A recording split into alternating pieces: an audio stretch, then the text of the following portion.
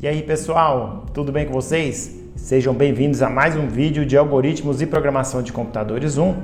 E agora eu vou mostrar comandos básicos da linguagem C. Já vai dando seu like aí, também não se esqueça de se inscrever nesse canal se você ainda não for inscrito. Teremos vários exemplos e códigos práticos aqui que eu sei que você tem. Então, vamos nessa. O primeiro código mostra a criação de variáveis, a declaração de 4 tipos diferentes. E esses tipos são muito comuns nessa linguagem. Então, o primeiro tipo é o inteiro, flutuante, esse ponto aqui que separa as casas decimais. Aqui a variável chama money, ou dinheiro em português. Aqui nós temos char letra, que guarda um caractere. Aqui nós temos uma variável chamada pi, que guarda um valor de itens decimais, casas decimais. Então guardando aí um número grande, que no caso é o pi, e um código hexadecimal. E aqui nós vamos escrever o valor de cada uma dessas variáveis. O printf está aqui, não se preocupem ainda, depois eu vou mostrar ainda nesse vídeo como funciona o printf em detalhes. Então vamos aqui ao meu CodeBlocks, já está aberto aqui. Qualquer editor de código C++, qualquer compilador aí no computador, compilar e rodar. Então aqui está mostrando a execução do programa. Valor da variável soma igual a 10, né? Já recebeu 10, então estou mostrando o valor que está em memória, no caso 10. Valor da variável money 2.21 e ele formatou aqui com 4 zeros à direita, que é o padrão dele, mas você pode configurar isso no printf. Vou mostrar do pi, da variável pi do tipo double. Então tá aí esse programa sendo executado. Agora eu vou mostrar para vocês o printf e como ele funciona. Então você vai escrever esse comando e a primeira parte, o primeiro argumento é o texto, sempre entre aspas, ainda com os valores da direita. Então aqui eu coloquei digite a sua idade tonal e aqui eu tenho um scanf que vai justamente ler do teclado essa variável idade. E aqui eu tenho o operador e comercial, que é para gravar naquela posição de memória.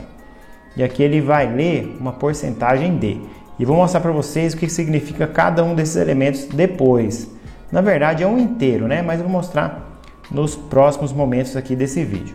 Então, você tem aqui a escrita do printf, já mesclando os argumentos. No caso, um argumento só, que é a variável argumento, primeiro argumento, por esse segundo aqui que está sendo apresentado. Então é assim que funciona. Então esses porcentagens D e porcentagem C são os seguintes, são chamados strings de controle. Então vamos mostrar cada um deles. Porcentagem C é um caractere, porcentagem D é um inteiro, que não tem aí no caso as partes decimais, não tem um ponto flutuante. O número ou notação, aquele que apresenta as casas decimais. Octal, que é muito pouco utilizado, mas para aplicações científicas é o porcentagem O. E também temos o hexadecimal, porcentagem X. Esse já é um pouquinho mais utilizado porque ele se refere muito à memória, a partes de determinadas porções de memória. Eu tenho também a porcentagem S para string, muito utilizado, que é uma cadeia de caracteres, uma frase, por exemplo. E aqui, por fim, porcentagem LF, que é do tipo double. Então vocês treinem cada uma dessas strings de controle aí. Eu tenho um programa justamente para exemplificar o trabalho com essas strings de controle. Então aqui, ó, digitando M, ele vai mostrar que eu estou utilizando essas strings de controle. Então ele já faz essa conversão e aí você mostra o formato que você quer apresentar na tela. Pessoal, eu vou mostrar então esse programa executando. Vamos lá, copiando o código para o meu CodeBlocks. Então eu colei o meu código fonte aqui e vamos testar. Vou clicar aqui em Build and Run. Então aqui, ó, digite um caractere. Vou utilizar o M para vocês verem que bateu com o resultado já apresentado no vídeo. Então aqui, ó, o caractere M é o 109 em decimal. Vamos ver se confere aqui, ó. Olha lá, 109 em decimal. Vamos voltar aqui ao meu programa e testar outro caractere. Então vou vir aqui de novo em Build and Run, podia ser apenas em Run, porque eu não mudei o código. Então vamos no run mesmo. Então o caractere O, ele é o 111 em decimal, 157 em octal e 6F em hexadecimal. Voltando agora à nossa apresentação. Então vamos testar esse outro programa aqui, onde você digita um caractere, ele vai fazer o scanf, que vai ler do teclado, vai jogar aqui nesta variável char chamada A, de nome A, e vai mostrar como caractere, que é o mesmo que foi digitado, mesma letra, depois em decimal, em octal e também em hexadecimal.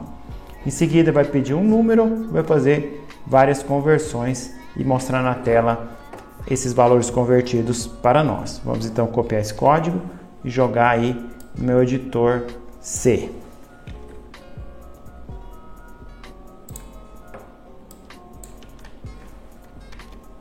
Vou salvar aqui e vou usar aqui Build and Run. Então tá aí, digite um caractere, vou digitar aqui a letra E. Caractere E, decimal 101, octal 145 e hexadecimal 65. Digitar um número, número 4. Ele é o decimal 4, esse caractere aqui, esse símbolo da minha tabela ASCII, o octal também 4 e o hexa 4 também. Voltando à nossa apresentação então, vou mostrar agora o operador e-comercial. Ele vai mostrar o endereço de memória que o computador usa para identificar uma variável. Então, quando você quer trabalhar com os endereços, você vai usar o e-comercial. Toda variável ocupa então uma área de memória e seu endereço é o primeiro byte ocupado por ela. Então, ele vai iniciar nesse byte e vai ser lido aí a porção de memória, lida essa porção de modo sequencial. O inteiro, por exemplo, ele vai percorrer 2 bytes. Um número do ponto flutuante, 4 bytes. E um char variável, nós estamos falando do seu endereço de memória. Então aqui nós temos um exemplo que vai mostrar muito bem essa parte de endereço de memória. Então vamos copiar e eu explico lá no CodeBlocks. Vou salvar aqui, vamos testar. Então ele vai mostrar o número 2, o valor dela, com o operador e-comercial. Então ele demorou um pouquinho aqui, acredito que é endereço de modo tranquilo e fácil. Então o valor é 2, que está ali onde começa a ser gravado esse valor na memória. Voltando então à nossa apresentação, deu um valor de memória diferente porque em cada máquina nós temos um valor. Isso vai depender de cada vez que você for executar esse programa aí em diferentes sistemas operacionais. Agora mostrando o printf, que é o comando que apresenta na tela as informações. E eu posso também estabelecer tamanhos mínimos para a impressão desses campos. Então eu tenho aqui, ó, os alunos são, e aí nós temos o argumento sendo formatado 350 com porcentagem 2. Então ele vai mostrar isso com 2 espaços decimais, ainda maior. Então ele vai colocar esses espaços de acordo com o seu formato de argumento aqui, que é passado ao printf. Vamos testar aqui. Vou copiar o código e jogar no meu editor. Vou salvar aqui, Build and Run. E vou colocar aqui, ó, só para a gente brincar um pouco mais. Vou colocar 8D, ó. E vou salvar aqui, Build and Run. Ele aqui deu problema com as aspas, pessoal. Vamos trocar aqui as aspas. Aí vai funcionar normalmente. Apesar de ser aspas duplas também no PowerPoint, dá um pequeno problema. Aguardando um pouquinho. Então tá aí, pessoal.